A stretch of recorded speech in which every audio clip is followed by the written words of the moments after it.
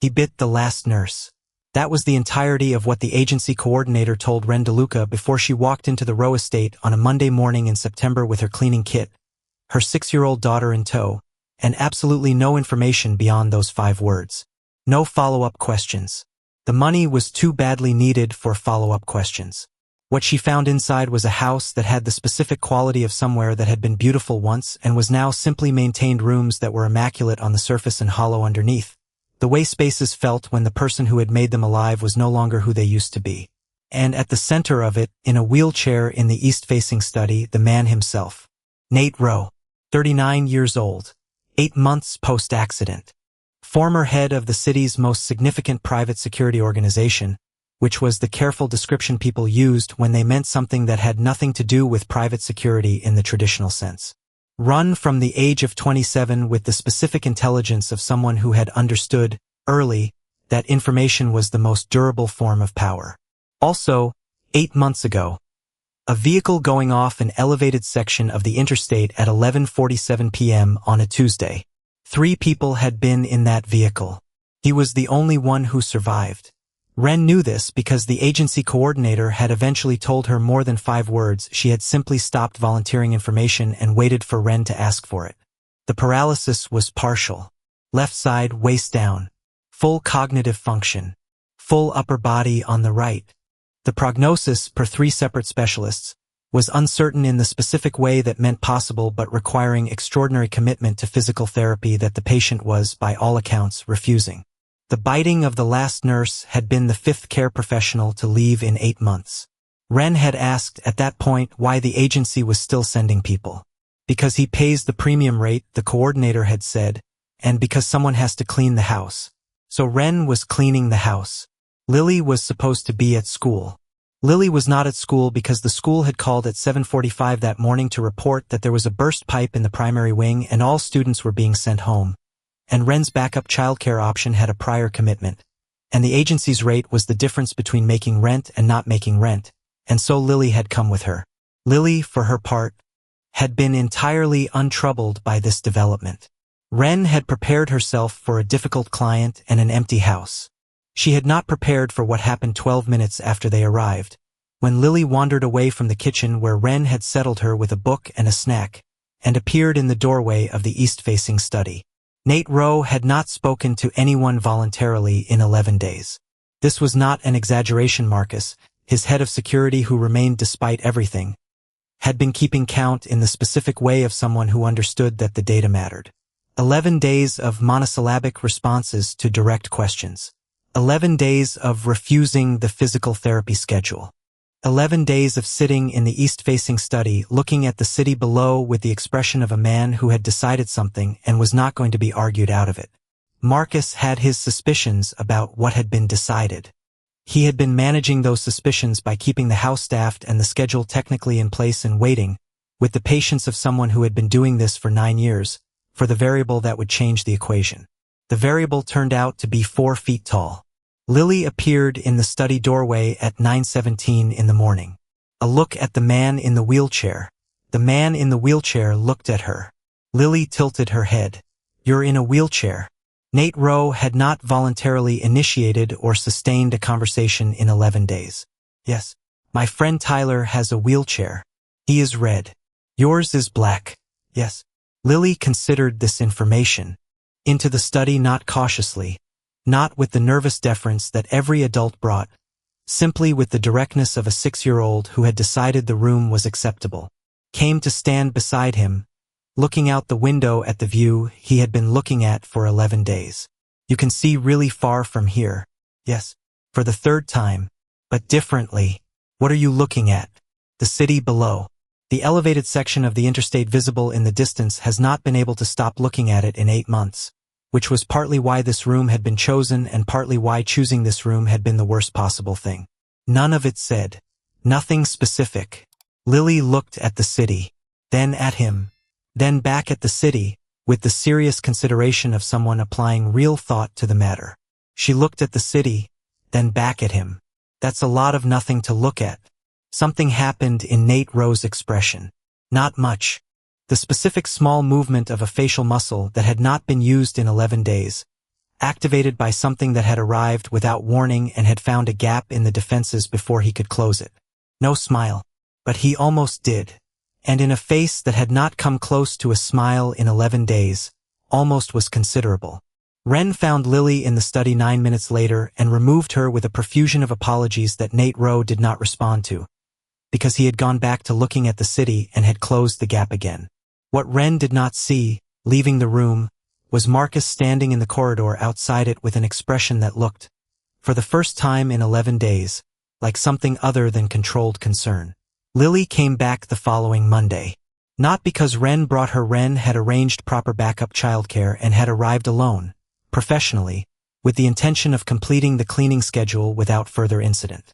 Lily had come because Ren's backup childcare had been cancelled at 8:15, because the universe appeared to have opinions about this situation, and because Lily had spent the intervening week mentioning, at various intervals, that the man in the black wheelchair had been looking at nothing, and she thought that was sad. Ren had not told Lily that the man in the black wheelchair was one of the most feared individuals the city had produced in 20 years. Also not told her about the biting of nurses, which felt relevant but couldn't be explained to a 6-year-old. Lily arrived at the estate at 8:45, announced that the study's location was remembered, and was redirected to the kitchen with her book before whatever had been planned could be implemented. 22 minutes. Ren heard her in the corridor, the specific sound of small determined footsteps, and caught her 3 feet from the study door. The low voice for serious redirections. Lily. Lily looked at her. I want to show him something. He's not. Ren looking at the closed study door. He doesn't want visitors. I'm not a visitor. I'm showing him something. Held up what she was carrying. A drawing, clearly made that morning in the kitchen while Ren was working, on the back of a delivery receipt because Ren had not thought to bring paper. It was a drawing of the view from the study window, recognizable despite being rendered in the aesthetic of a 6-year-old's interpretation of the city below, the long line of the interstate in the distance, and in the foreground, looking out, a figure in a black wheelchair. But in Lily's version, the figure was not looking at the nothing. In Lily's version, there was a sun. Ren looked at the drawing for a long moment. A look at her daughter. 2 things almost simultaneous. A 6-year-old could not be used to fix a man who had decided not to be fixed. And Lily could not be told no, she was 6 and had drawn him a son. A knock on the study door. Silence. I opened it anyway. Nate Rowe in his usual place, east-facing window, city below, the expression understood in 2 weeks as his default, the one that contained everything not going to be said. A look at her with the specific expression of someone who had not consented to being intruded upon. My daughter wants to give you something, Ren said, with the specific tone of a woman who was apologizing and holding her ground simultaneously. 30 seconds. His jaw set. Lily stepped around Ren before anyone had made a decision. I walked to the wheelchair. The drawing held out with both hands, the 6-year-old formality of someone offering something that mattered. I drew you to the sun. Because you were looking at nothing. Nate Rowe looked at the drawing. For a long time, the study was very quiet. A long pause. The sun is very yellow. Suns are yellow. The patience of someone explaining something obvious. True. You can keep it. She stepped back. I have more paper at home. The drawing taken. Held.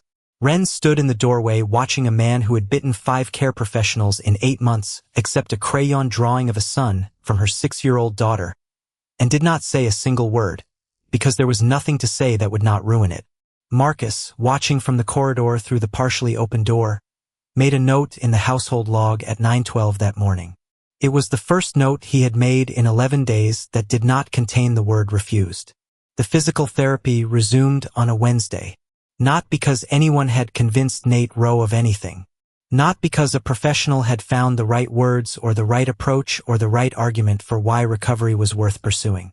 It resumed because on the Tuesday evening before, Lily had asked Ren in the car on the way home, with the casual directness of a child who asked things when she thought of them rather than when they were convenient, whether the man in the black wheelchair was going to learn to walk again. Ren had said she didn't know. Lily had thought about this for the length of 2 traffic lights. He should try. Tyler tried, and now he can walk a little bit. It's hard but worth it. Ren had said she would pass that along. Not intended to pass it along. Not the place, the cleaner, the one who had brought her daughter. there for the floors and surfaces and household schedule, not for the recovery arc of a man with more resources than she could offer, who had by all evidence decided those resources were not the point. Passed it along on Wednesday morning anyway. Not dramatically. In the study, cleaning Nate in it, which had become the arrangement because neither of them had changed it, and at some point, without looking up from what she was doing. Lily wanted me to tell you that Tyler said it's hard but worth it. Silence. Kept working. Tyler is her friend with the red wheelchair. She added. More silence. She's 6, Ren said. She's gonna ask me next Monday whether you tried. I don't have a good answer for her. Moved to the next section of the room. Nate Rowe looked at the drawing on his desk. The yellow sun, the city below, the figure in the black wheelchair who in Lily's version was looking at something rather than nothing. Phone out, Marcus called. One more look at the drawing. The therapy schedule. Reinstate it. Marcus, on the other end of the line, was quiet for exactly 2 seconds. I'll call Dr. Reyes now. Ren, at the far side of the study, kept cleaning. Nothing to say. Nothing needed. The first therapy session was on Thursday morning. It lasted 47 minutes. Dr. Reyes, who had been waiting 8 months for a call that had not been certain to come, reported to Marcus afterward. The patient had been difficult, uncompromising, and had completed every exercise on the schedule without being asked twice. The best possible version of difficult. Lily drew him something every Monday. This had not been planned. It had emerged from the specific logic of a 6-year-old who had decided that the man in the black wheelchair was her project, which Ren had discovered too late to redirect and had eventually stopped trying to redirect because the evidence was accumulating that the project was working. Week 3. A drawing of Tyler's red wheelchair and Nate's black wheelchair side by side, labeled with their names. Nate had asked how to spell Tyler. Lily had told him. He had repeated it back correctly. Lily had been satisfied. Week 4, a drawing of the view from the study window, but with people in it, this time small figures on the streets below going about their business. Lily had explained that she had added people because looking at nothing was sad, but looking at the people was less sad. Nate had looked at it for a long time. He had then, apparently for the first time in the 8 months since the accident, looked out the window at the people rather than the interstate. Marcus had noted this in the household log. Week 6. A drawing that caused Ren to stop working entirely when she saw it. It was a drawing of 3 figures. The largest one was in a black wheelchair. The medium one clearly intended as Ren, identified by the curly hair Lily always gave her, was standing beside him. The smallest one, with a yellow sun above her head, was Lily. Underneath, in Lily's careful printing, U.S. Ren stared at the drawing. She had been managing, with considerable effort, the professional distance that the situation required. Complicated. Ren was the cleaner, Nate was the client. A daughter had formed an unexpected attachment. The therapy was progressing, and somewhere in 6 weeks of Monday mornings and Tyler stories and crayon drawings, the household had developed a warmth it had not had in September. The cleaner kept telling herself this. The drawing said U.S. Up to the study with it. Nate was in the middle of the morning's paperwork, returning to work in week 4, in the specific way of someone who had decided that forward motion was the only direction available. A look up at the door. The drawing held up. A look at it. His expression did something that was, she was learning to read, the equivalent of considerable movement in a man who moved very little. She added people this week. He looked at it. I see that. I don't want to stop. I want to make sure this is appropriate. What she's drawing. What she seems to think is happening. At the drawing for a moment. Then he looked at Ren. What does she think is happening? She held his gaze. She drew us together. The study was quiet. She's 6. He held her gaze. She draws what she sees. Ren held the drawing. Either a deflection or the most direct thing anyone had said in 6 weeks. This was the cleanest the feeling could be kept, and the drawing had just made it considerably less clean. I'm the cleaner. Plainly. Not as a reminder to him, as a reminder to herself, said out loud where it was required to hold its shape. Holding her gaze. He was quiet for a moment. I know what you are. A pause. I also know what's been happening in this house since September. Those two things are not the same conversation. The drawing was placed on his desk. Back to work. True. Not ready for that conversation. He had not asked her to be. Ren was not ready. She had told herself this clearly and intended to honor it. What she had not accounted for was that the following Monday, Lily would draw something that made the conversation unavoidable. The drawing on week 8 was different from the others. It was still Lily's aesthetic, the specific earnest quality of a 6-year-old who drew things as they felt rather than as they looked. But this one had more in it than the others.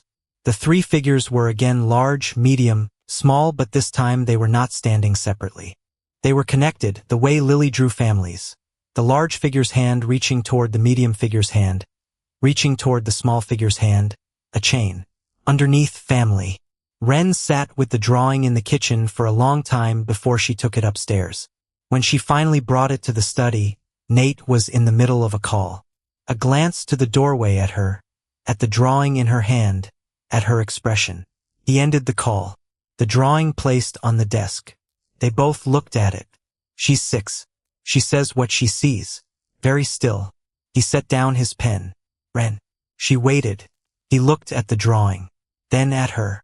I am not going to use my situation to pressure you into anything. I want to be clear about that.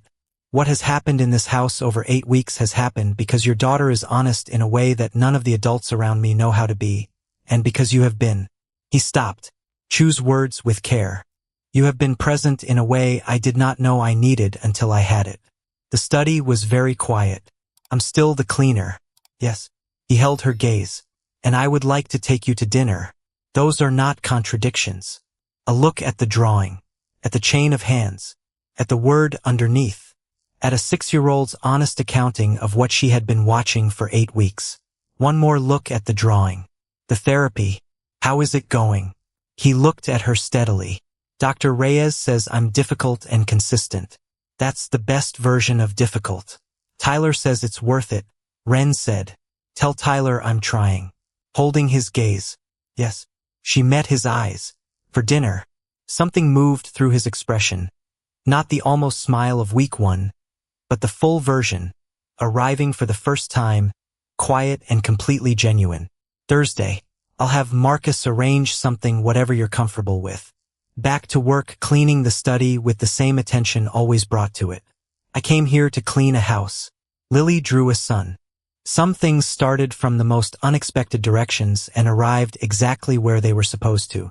When Lily was told, on a Thursday evening, that Ren was going to dinner with the man in the black wheelchair, she received this information with the expression of someone who had been expecting it and was relieved the adults had finally caught up. I knew. You know what? Ren said. Lily pulled her blanket up. That he was lonely. That's why he was looking at nothing.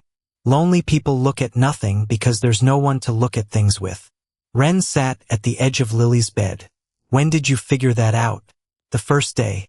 That's why I drew him a sun. Suns are something to look at. Ren looked at her daughter, at the 6-year-old who had walked into a study uninvited and changed the direction of 3 lives with a crayon drawing on the back of a delivery receipt, and understood that some people came into the world already knowing the things the rest of us spent years trying to learn. You're very smart. Lily accepted this calmly. I know. With the serenity of someone who had been told this enough times to simply accept it as fact. Can I draw something for Thursday? Them? For you and Mr. Rowe. For dinner. Ren smiled. Yes. Draw them something. Lily picked up her crayons. She drew them a sun. Some people spend years looking at nothing. Not because there is nothing to see.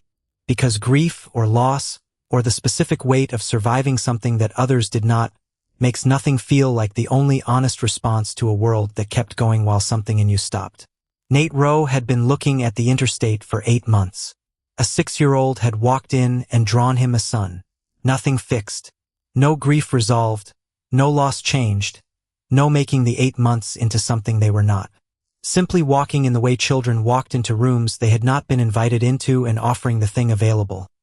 Honesty and color, and the specific courage of someone who had not yet learned that some things were not her business. Everything that followed from that. The Thursday dinner was at a restaurant Nate had chosen, quiet, private, the kind of place that had corner tables designed for exactly the kind of conversation that did not want to be overheard. Marcus had arranged everything with the efficiency Ren had come to expect from him. including transport that accounted for the wheelchair without making it into a production. Nate was already there when she arrived. Looking at the menu.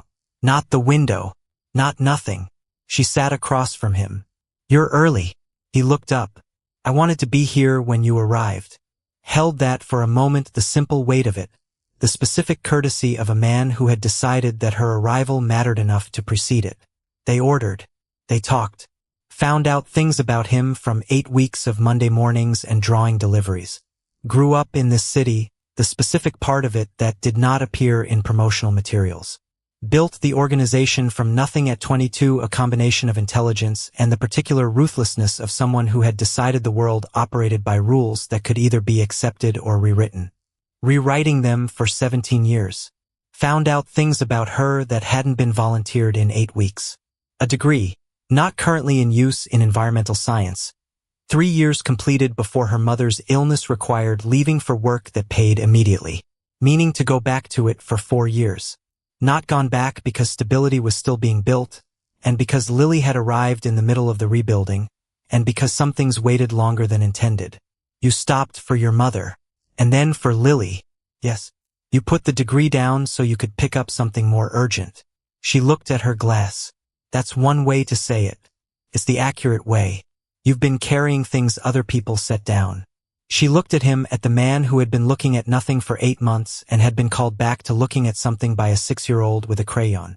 At the man who said things precisely because he had decided precision was a form of respect. At the man who had called Marcus and reinstated the therapy schedule because Tyler said it was worth it. You've been carrying things too. Yes. I'm working on setting some of them down.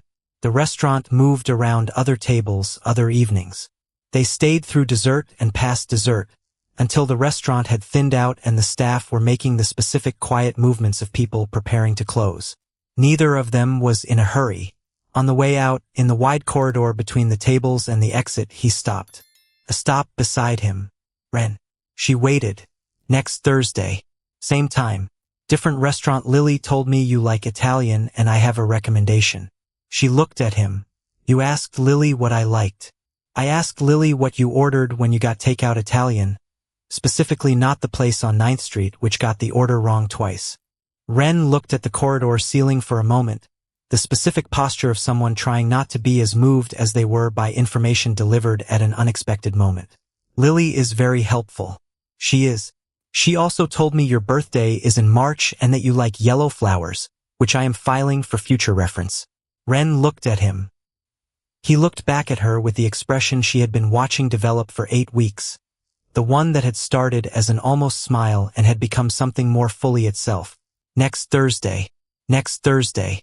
Marcus, by the door, looked at the ceiling with the expression of a man who had been waiting 9 years for this particular outcome and had opinions about showing them. Showed none of them. Hold the door. They went out into the Thursday evening, the city moving around them, the lights of the skyline doing what city lights did at this hour, warm and indifferent and entirely unaware that somewhere in its east-facing study, a drawing of 3 figures holding hands was sitting on a desk next to a yellow sun on the back of a delivery receipt. Ren thought about the degree she had put down. Some things waited. Some things came back. Lily draws families, the chain of hands, the word underneath. Yes, that too. The therapy progressed in the way things progressed when someone decided to stop refusing them. Nothing about Nate Rowe was smooth when he was applying himself to something that required more from him than he wanted to give. Dr. Reyes described him to Marcus weekly in terms that oscillated between professional admiration and professional exasperation, which Marcus understood was the best possible outcome from this particular combination of patient and physician. Week 4 of the reinstated schedule. Partial weight-bearing on the left side. Provisional. Not reliable, but present. Week 6, 3 steps with a support frame. Dr. Reyes had sent Marcus a message consisting of a single word, which he had read and then deleted because he was not a demonstrative person, but which had made him stand in the corridor for a moment before continuing with the day. Week 9. Lily had been in the house when the session ended, because it was a Monday and Ren was working and Lily had long since stopped being redirected to the kitchen. She had been in the corridor when Nate came out of the therapy room in the wheelchair, but with a different quality about him, the specific quality of someone who had done something hard and completed it and was not going to make a display of what it had cost. Lily had looked at him. Did you try today? Looking back at her. Yes. Lily had nodded with the satisfaction of someone whose accounting had come out even. Good. Tyler says the more you try the easier it gets. Back to her drawing. To study. The sun was still on the desk, next to a growing collection of Lily's subsequent drawings. The city was below the window. The interstate was visible in the distance. Looking at the people on the streets instead. Ren had been managing, since the Thursday dinner and the Italian restaurant and the information about yellow flowers, a recalibration of what she had been telling herself this was. Telling herself, it's complicated. Professional lines. Lily is 6 and doesn't understand what she's drawing when she draws families. Stop telling herself that last one around week 7. Lily understood exactly what she was drawing. Drew what she saw had said so herself on the first day, in a study where a man had been looking at nothing. What Lily saw, apparently, was something that Ren had been very careful not to see directly. On a Monday in week 10, Ren arrived at the estate and found, on the side table in the entrance hall in the spot where Lily always left her drawings, a small ceramic pot. Blue, glazed, empty, with a tag tied to it that read, "For yellow flowers. When you're ready." Ren stood at the side table for a moment, remembered, filed it for future reference and used it. 10 weeks of cleaning this house, and Nate Rowe had been paying attention to what Lily said about her the same way she paid attention to what Lily said about him. Not a professional development. Up the stairs with the pot. At the desk working, the focus quality known as default for everything that was not the nothing. A look up at the door. The pot was set on his desk. The flowers. March. My birthday is in March. He held her gaze. I know. That's 4 months away. Yes. I'm patient. She looked at the pot. At the collection of Lily's drawings on his desk. At the sun on the back of the delivery receipt, which had not moved from its position in 10 weeks. I know you are. Back to work.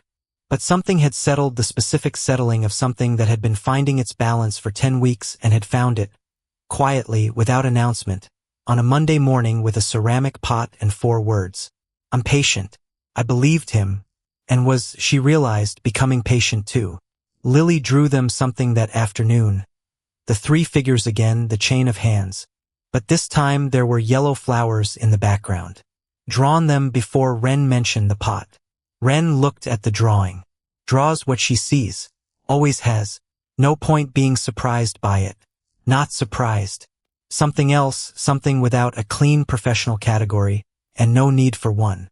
Lily's drawing is placed on the desk next to the ceramic pot. Downstairs. The house was warm. The study was full. Outside, the city went on indifferent and permanent, entirely unaware of what had been happening in an east-facing room since September, when a 6-year-old had walked in uninvited and drawn a man a son. Some things started that simply. The ones worth having always did.